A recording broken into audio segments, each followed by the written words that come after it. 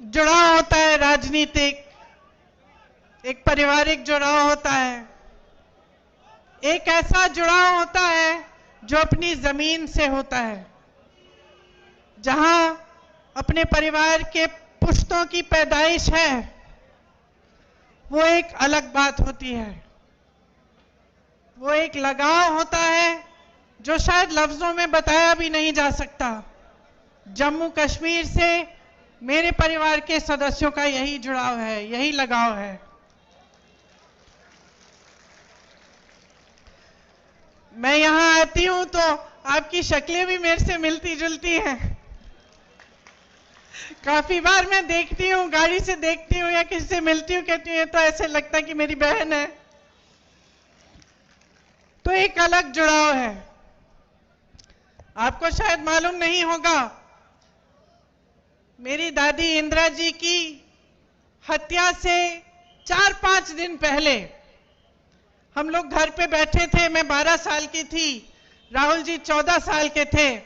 अचानक दादी ने कहा, बड़ा दिल कर रहा है कश्मीर जाने का। जो चिनार के पेड़ हैं, पतझड़ के समय जो गिरते हैं, मैं उन्हें देखना चाहती हूं।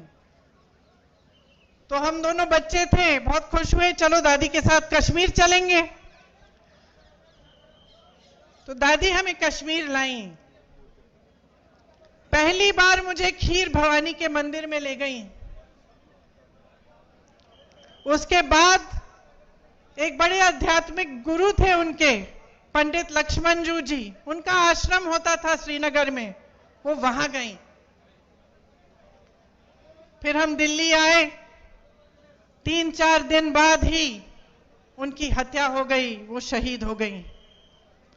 तो अक्सर मुझे लगता है कि कैसा बुलावा था ये, कि एकदम अपनी हत्या से 4-5 दिन पहले अचानक बोली, मुझे कश्मीर जाना है। ये अपनी धरती का बुलावा था।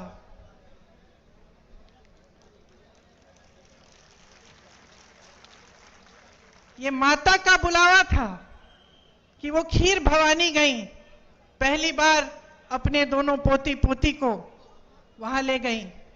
और उसके बाद से जब भी मैं श्रीनगर जाती हूं, मैं जरूर खीर भवानी माता के यहां जाती हूं और अपनी दादी को याद करती हूं। दरअसल ये देश का शिखर है। प्रकृति ने आपको सब कुछ दिया, सुंदरता, संसाधन, बड़े बड़े आध्यात्मिक गुरु जो यहां से चले और सिर्फ अपने देश भर में नहीं लेकिन दूसरे देशों तक गए और धर्म की बात की, अमन चैन की बात की। आपके पास सब कुछ था, एक धार्मिक परंपरा, जैसे मैंने कहा, प्राकृतिक सुंदरता, संसाधन। और शायद ये दुनिया का तरीका है, दुनिया का स्वभाव है कि जब किसी के पास सब कुछ होता है तो जिसकी नीयत ठीक नहीं होती है वो उसे छीनने की कोशिश करता है, उसका इस्तेमाल करता है।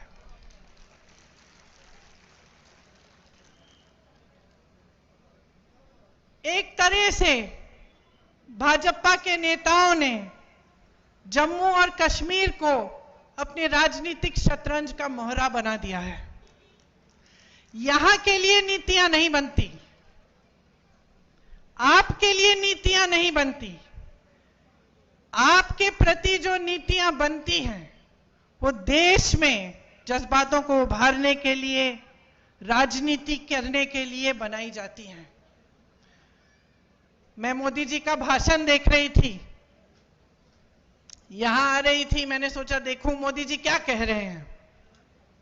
शायद कटरा का भाषण था।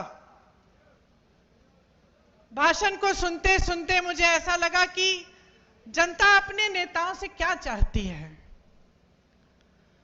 थोड़ी ईमानदारी, कम से कम थोड़ी तो होनी चाहिए,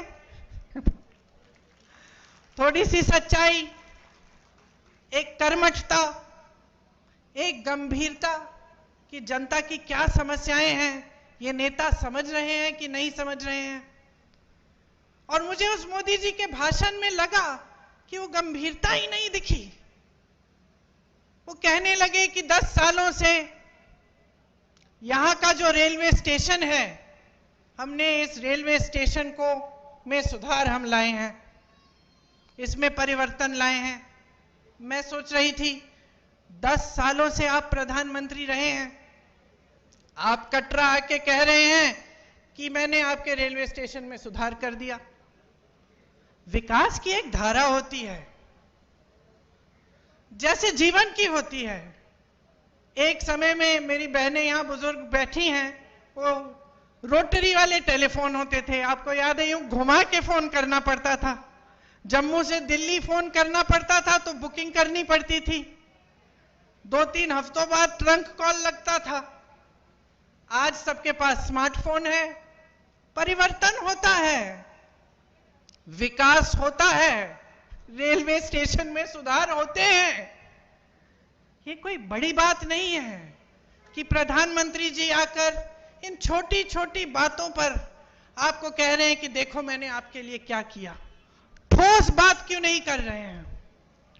मेरे मन में ये बात आई कि जो ठोस बात है, जो जम्मू और कश्मीर की जनता के हृदय की बात है, जो उनकी समस्याएं हैं, उनकी बात क्यों नहीं हो रही है? सच्चाई पर क्यों नहीं उतर रहे हैं हमारे प्रधानमंत्री?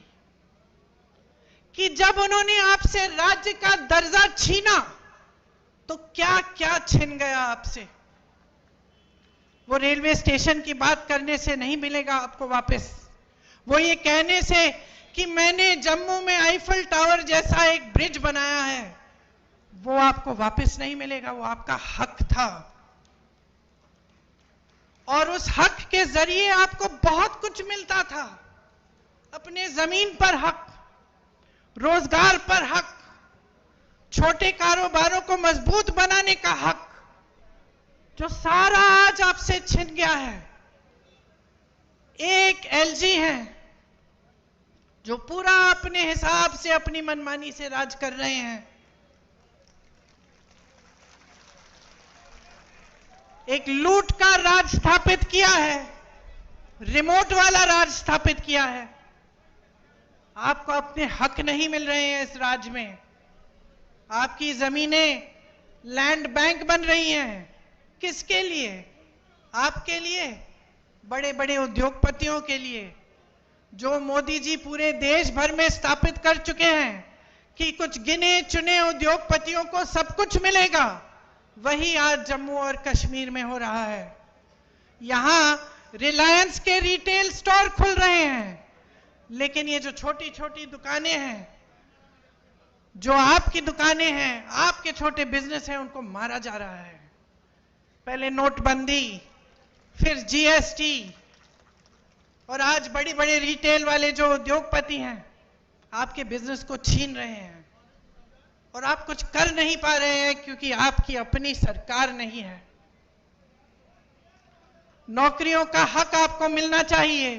यहां तमाम नौजवान खड़े हैं। मेरी बहनें मेहनत करके, परिश्रम करके बड़ा करती हूं। मैं 52 साल की हूं, मेरा बेटा 24 साल का है, मेरी बेटी 22 साल की है। क्या चाहते हैं हम अपने बच्चों के लिए? एक उज्जवल भविष्य चाहते हैं। कुछ बड़ी शान, शौहरत, पैसा, सत्ता नहीं। हम चाहते हैं कि खुश रहें, ईमानदारी से अपना काम करें और अपनी कमाई कर लें, अपने पैरों पे खड़े हो जाएं। ये आप भी चाहते हैं, इस मंच पे बैठे सारे नेता भी यही चाहते हैं। तो ये हक आपसे छीना क्यों जा रहा है? आज रोजगार के मामले में जम्मू और कश्मीर इतना पीछे क्यों पड़ गया है? इतनी बेरोजगारी क्यों है? आप परवरिश करते हैं अपने बच्चों की, मेहनत करते हैं, उनको पढ़ाते हैं, लिखाते हैं। बच्चा भर्ती का पेपर देता है, पेपर लीक हो जाता है, पेपर दे भी देता है, मार्क्स भी आ जाते हैं, भर्ती नहीं होती। घोटाले पे घोटाले होते हैं। ऐसे बच्चे हैं जो 27-28 साल के हो जाते हैं, 30 साल की उम्र के हो जाते हैं नौकरी के इंतजार में। उनको खुद नहीं पता होता कि जब हमने भर्ती का इम्तिहान दे दिया है, हम पास भी हो गए हैं, तो क्या हम इंतजार करें? हो सकता है 6 महीने में नौकरी मिल जाएगी, हो सकता है 2-3 महीनों में नौकरी मिल जाएगी, तो बेचारे इंतजार करते रहते हैं, सोचते हैं कहीं और लग जाएंगे तो ये भर्ती निकल जाएगी तो हम रह जाएंगे, और इस तरह करके साल पे साल गवा देते हैं, अपनी जवानी गवा देते हैं। बच्चों की शादी नहीं होती, जब रिश्ता लेके जाते हैं कहते हैं कि भाई नौकरी नहीं है, रिश्ते नहीं पक्के होते। तो इस तरह से कैसे आगे बढ़ेंगे हम? आपके एलजी बाहरी हैं, साफ तमाम जितनी भी पॉलिसियां, जितनी भी नीतियां बन रही हैं बाहर वालों के लिए बन रही हैं। 450 मिनरल के जो ब्लॉक हैं उनमें से 200 के ठेके बाहर के लोगों को दिए हैं। आपको रेत, आपकी रेत है, आपकी बजरी है, बाहर भेजी जा रही है, आपको खरीदनी पड़ती है अपने घर बनाने के लिए, तो उसका दाम महंगा होता है कि नहीं? आपको घर में छोटी सी छोटी मरम्मत करनी पड़ती है, आप घबराते हो कि कैसे करेंगे। कोई बीमार पड़ता है, घबराते हो, इलाज कैसे करवाएंगे। और यहां बाहर की सारी कंपनियां आकर सब कुछ लूट रही हैं। 10 मिनरल के ब्लॉक्स हैं, 26 रेत के खनन, सारे ठेके बाहर के इनके मित्रों को दिए गए हैं। बाहर की कंपनियों को ला कर आपके जितने भी छोटे कारोबार हैं उनको खत्म किया जा रहा है। ये तो मैं मंच पे खड़े होकर कह रही हूं, एहसास तो आपको है। अब त्योहार का महीना आने वाला है, एक तरफ घबराहट कि त्योहार के लिए हमें अपने घर को सजाना है, मेहमान आएंगे, खाना खिलाना है, सब कुछ करना है, कैसे करेंगे, महंगाई इतनी है। और दूसरी तरफ ऐसा एहसास होता है कि पता नहीं इस साल बिक्री होगी कि नहीं, धनतेरस आएगा, दिवाली आएगी, लोग खरीदेंगे कि नहीं, क्या हमारे कारोबार चल पाएंगे कि नहीं। ये आपकी असली समस्याएं हैं। इन समस्याओं से जूझ रहे हो आप।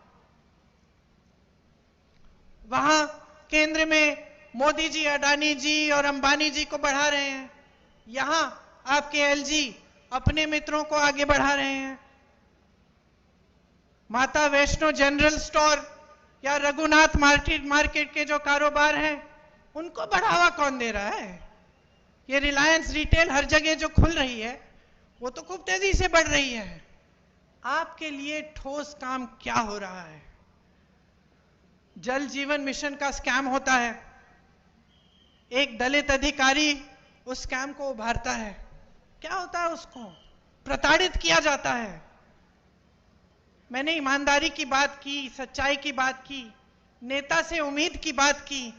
यह उम्मीद होती है ना कि अगर कोई अधिकारी ईमानदारी से बता दे कि भाई ये स्कैम हो रहा है, करोड़ों लूटे जा रहे हैं, तो आप उसका संरक्षण करें, उस स्कैम की जांच करें।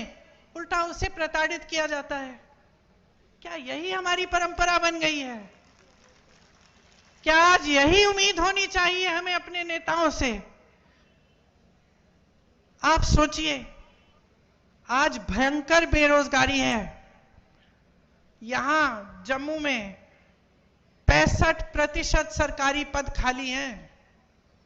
आप यहां बेरोजगार खड़े हो, नौजवान, हाथ उठाकर अगर मैं पूछूं कि किस किस को सरकारी नौकरी मिली है, आप सब बोलेंगे नहीं मिली है। अभी जो चुनाव खत्म हुआ उसमें हम पूरे देश भर में घूमे, जहां जहां गए हमने पूछा भाई हाथ उठाओ, किस किस को रोजगार मिला है। एक हाथ नहीं उठता था। 10,000, 20,000, 50,000 की भीड़ में एक हाथ नहीं उठ रहा था। उल्टा क्या दिया जाता है आपको? नौजवानों को अग्निवीर जैसी स्कीम। ये हमारे जवान खड़े हैं, देश के लिए जीवन देने के लिए तैयार हैं। जब ये आते हैं हमारी सुरक्षा करने के लिए, जब सरहद पे खड़े होने जाते हैं तो मन में ये रखते हैं कि हम एक दिन शहीद हो सकते हैं इस धरती के लिए, और आप अग्निवीर लाते हैं कि बच्चा जाएगा, सरहद पे खड़ा होगा, सुरक्षा करेगा हमारे देश की, लेकिन शहीद हो जाएगा तो उसको कुछ नहीं मिलेगा, उसके माँ बाप को पेंशन तक नहीं मिलेगा। और इसके लिए हम सारे विपक्षी दल लड़ रहे हैं, बार बार इन मुद्दों को उठाते हैं, लेकिन इतना अहंकार है इस सरकार में, हमारे प्रधानमंत्री जी ने, कि वो जानते हुए कि ये गलत स्कीम है, जानते हुए कि ये नौजवानों के लिए ठीक नहीं है, वो पीछे नहीं हटते। वो कहते नहीं है कि ठीक है, गलती हो गई, गलत स्कीम ले आए, हम इसको सुधार देते हैं। जहां आपको आर्मी में, फोर्सेस में रोजगार का मौका मिलता था, वो टूट गया है, आज नहीं मिलता है। खेती में रोजगार बनते थे, आज नहीं बनते हैं। सबसे ज्यादा रोजगार हमारे देश में, हमारी देश की जो रीढ़ की हड्डी है, वो छोटे कारोबार हैं। ये सारी दुकानें जो मुझे यहां से दिख रही हैं, आप रोजगार दिलवाते थे। ये छोटे छोटे बिजनेस जो अपना कुछ बना दिया, कानपुर में लेदर का बिजनेस था, आगरा में कोई और बिजनेस, मुरादाबाद में पीतल का बिजनेस, यहां जम्मू में और बिजनेस, सारे तमाम ऐसे बिजनेस बंद हो रहे हैं, तो रोजगार वहां से भी नहीं मिलेगा। तो कौन सी स्कीम है इनके पास रोजगार दिलवाने की? सिर्फ स्कैम, पेपर लीक, अग्निवीर जैसे फिजूल की स्कीमें।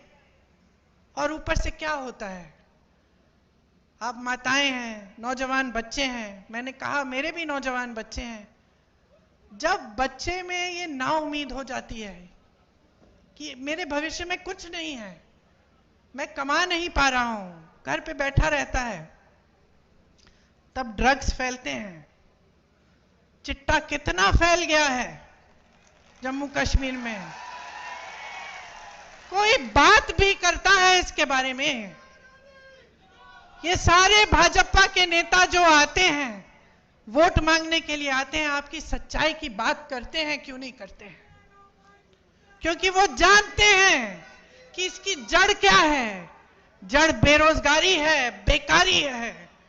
अगर बच्चे को आप नौकरी देंगे, सुबह से शाम तक काम करेगा, थका हुआ घर आएगा, तो कहां इधर उधर देखेगा? लेकिन बेचारा बेरोजगार, बेकार पड़ा रहता है, जो ड्रग की माफियाएं हैं उसके लिए शिकार बन जाता है। तो पूरे समाज में, पूरे देश में, पूरे समाज में, खास तौर से यहां जम्मू में, कश्मीर में ये सब फैल रहा है, और इसके बारे में आपके नेता बात भी नहीं करते हैं। आप टोल टैक्स दीजिए, आप स्मार्ट मीटर लगवाइए अपने घरों में, बताइए 10 गुना आपके बिल आते हैं, कोई पूछता है? आप जहां भी जाएंगे आपको टैक्स, प्रॉपर्टी टैक्स लगा दी है जो पहले नहीं थी, टोल टैक्स बढ़ा दी है, जगह जगह टोल लगा दिए हैं। स्मार्ट मीटर आप तो जानते ही हैं, आपकी आवाज से पता चल रहा है मुझे कि कितना असर पड़ रहा है आपके जीवन पे। तो आपकी जमीनें छीनेंगे, आपसे टैक्स लेंगे, चाहे प्रॉपर्टी की हो, टोल की हो, कुछ भी हो, ऊपर से जो काम कराने पड़ते हैं आपको रिश्वत देनी पड़ती है। तो कहां के रह गए हैं आप? आपकी सुनवाई भी है इनकी सरकार में? आतंकवादी हमले कुछ कम नहीं हुए इनके राज में। यहां पे एक आंकड़ा है मेरे पास, 683 आतंकवादी हमलों में तकरीबन 260 जवान और 170 आम जनता की जानें गई हैं। तो ये भी बात नहीं है कि आतंकवाद कम हो रहा है। 150 सालों से चली आ रही जो दरबार कूच थी, उसको भी इन्होंने खत्म कर दिया। एक परंपरा थी, आपको मालूम है, वो आपका गौरव था, उसको भी खत्म कर दिया। तो ये है आपका नया जम्मू कश्मीर। राज्य का दर्जा आपसे छीना, आपसे जब छीना गया तो आपको क्या क्या बताया गया कि इससे बड़ा फायदा होगा आपका। क्या फायदा हुआ, मैं जानना चाहती हूं। मैं जानना चाहती हूं आप में से कोई मुझे बताए क्या फायदा हुआ।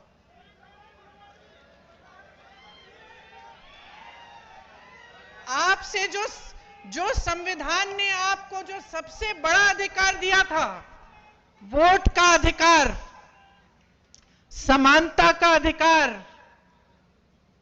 जो कबीर जी जैसे संतों ने, रविदास जी जैसे संतों ने जिसकी बात की थी, वो अधिकार, समानता का अधिकार कि भाई तुम में और तुम में कोई फर्क नहीं है, सब समान हो, ये अधिकार हमारे संविधान में गड़ा हुआ है। ये अधिकार छीना आपसे कि इतने सालों के लिए आप वोट तक नहीं दे पाए, तो क्या उम्मीद रख सकते हैं आप इन लोगों से? सब छीना है, सब लूटा है। मंच पर आते हैं, मैं प्रधानमंत्री के भाषण की बात कर रही थी, 45 मिनट में से 20 मिनट तो मेरे परिवार पे उन्होंने व्यर्थ किए। अब आप मुझे बताओ, अगर मैं यहां आकर 20 मिनट के लिए सिर्फ आपको यह सुनाऊं कि मोदी जी का परिवार ऐसा है वैसा है, आपको क्या लगेगा? क्या लगेगा बहन, क्या लगेगा? यही लगेगा ना कि इस नेता को समझ में नहीं आ रहा है कि मेरी समस्या क्या है, मैं तो अपनी समस्या की बात सुनना चाहती हूं, यही लगेगा ना। और वो वही पुरानी रट लगाए हुए हैं, 10 सालों से हम सुन रहे हैं और 10 सालों से परिवर्तन नहीं आ रहा है, 10 सालों से प्रगति नहीं आ रही है, घुटन हो रही है। खास तौर से यहां जम्मू और कश्मीर में घुटन हो रही है, भविष्य नहीं दिख रहा है आपको। तो मैं आपसे क्या कहने आई हूं, पहचानिए, सच्चाई को पहचानिए। इंदिरा जी की बात की, उनकी लगाव की बात की, एक सच्चाई थी उसमें, एक गहराई थी, वो हम आज तक अपने दिल में रखते हैं। ये हमारी धरती है और आपकी धरती है। आप वहां बैठे हो, नेता मंच पे बैठे हैं, आप अलग नहीं हो नेताओं से, ये अलगपन दूर करना पड़ेगा हमें। आपको समझना पड़ेगा कि ये नेता आपने बनाए हैं, आपको समझना पड़ेगा कि नेता आए आपके सामने, आपकी समस्याओं के बारे में बात करे, तब तक आप वोट मत दो उसे, चाहे कोई भी हो। ये लड़का नीरज, मैं इसे अच्छी तरह जानती हूं, संघर्षशील है, ईमानदार है, और सबसे बड़ी बात पता है क्या है? हिम्मत है इसमें, लड़ने की हिम्मत है। जब जब मैंने दिल्ली बुलाया कि आ जाओ धरना प्रदर्शन है, एकदम आया और पीछे नहीं हटा। पुलिस ने लाठी मारी, तंग किया, ढकेला, पीटा, फिर भी पीछे नहीं हटा। तो मैं अपने अनुभव से जानती हूं कि नीरज में हिम्मत है, लड़ने की शक्ति है और आपके लिए लड़ेगा।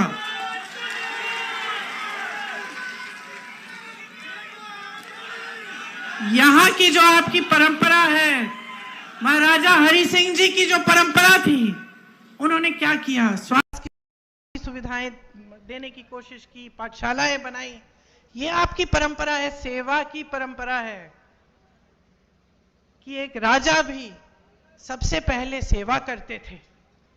ये जम्मू की परंपरा है और ये परंपरा नीरज के हृदय में बसी हुई परंपरा है।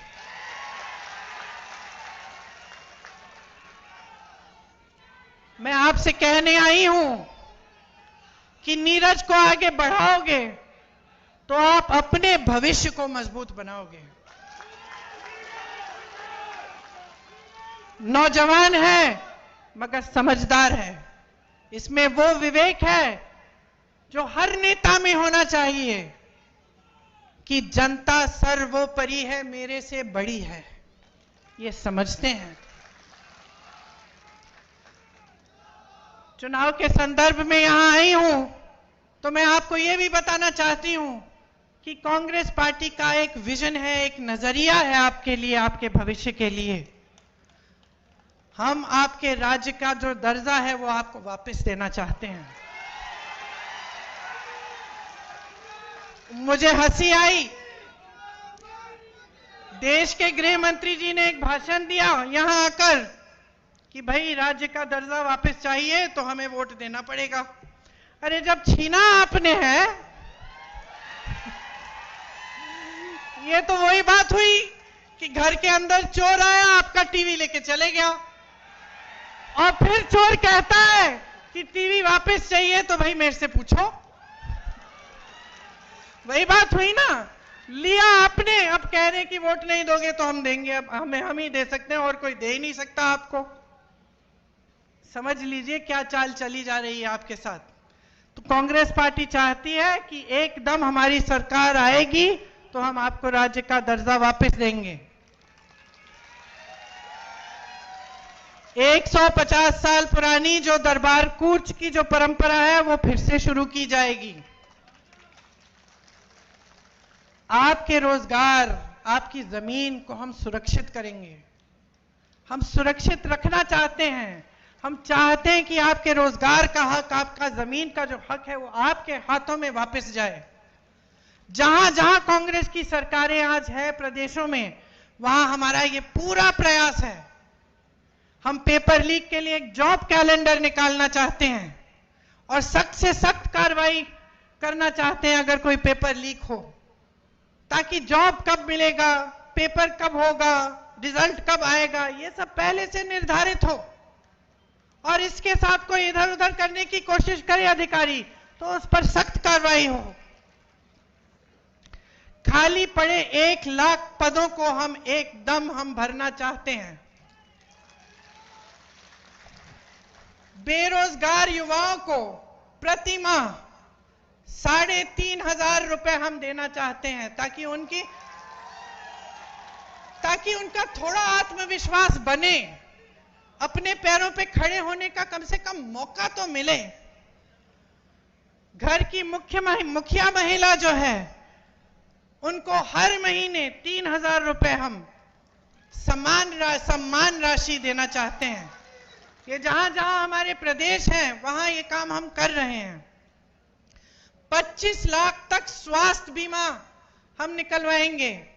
आज हमारे प्रदेशों में ये काम हो रहा है और राजस्थान में जब हमारी सरकार थी तो हमने किया और उससे बहुत लाभ हुआ लोगों का।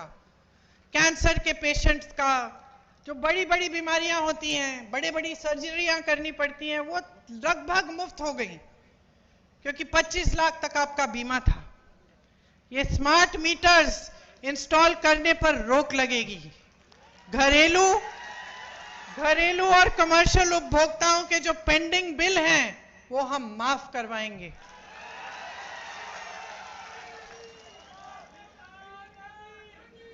गरीब और किसानों की जो जमीन है उससे बेदखल नहीं किया जाएगा। आपको जो स्वयं सेवा समूह हैं उनको 5 लाख तक का ब्याज मुफ्त कर्ज पे मिलेगा। ओबीसी को संविधान के अनुसार अपना पूरा हक मिलेगा। मनमोहन सिंह जी के समय कश्मीरी पंडित भाइयों और बहनों के लिए शुरू हुई जो रिहैबिलिटेशन पॉलिसी थी उसे दोबारा हम शुरू करवाएंगे। देखिए, यहां आकर बड़ी बड़ी बातें करना आसान है। आपने तो बहुत नेताओं की सुनी होंगी बातें। एक विश्वास की बात होती है, प्रमाण की बात होती है कि ये जो कह रहे हैं कहीं पे इन्होंने किया भी है। तो मैं चाहती हूं कि मेरी बातों पे ना जाएं आप खुद जांच कीजिए। कर्नाटका में क्या हो रहा है, तेलंगाना में कांग्रेस की सरकार है, वहां क्या हो रहा है, हिमाचल में सरकार है, वहां भी पूरा प्रयास रहता है, केंद्र ने राशि बंद की हुई है। जो आपदा को उनको जो राष्ट्र आपदा घोषित करना था उन्होंने किया नहीं, उसकी वजह से हिमाचल में दिक्कत जरूर है। लेकिन जहां जहां हमारी सरकारें हैं वहां वहां हमारा प्रयास पूरा है कि जनता के लिए सरकार चले, कि जनता का पैसा जनता के हाथों में वापस दिया जाए, जनता का हक जनता के हाथों में हो, और यही हमारा यहाँ जम्मू और कश्मीर में प्रयास रहेगा। ये मेरा वादा है आपसे। और मैं एक बार फिर से आपको धन्यवाद देती हूँ कि आपने इतनी ध्यान से मेरी बातों को सुना, वो भी इतना इंतजार करने के बाद। बहुत ही शुक्रगुजार हूँ। आप सबको बहुत बहुत धन्यवाद। और जल्द ही श्राद्ध खत्म होने वाले हैं, नवरात्रि शुरू होंगी, त्योहार आएंगे, उसके लिए बहुत बहुत शुभकामनाएं। आप सब भाई बहन हैं हमारे, आपके बच्चे फूले फले, यही हमारी उम्मीद भी रहेगी। धन्यवाद। जय हिंद।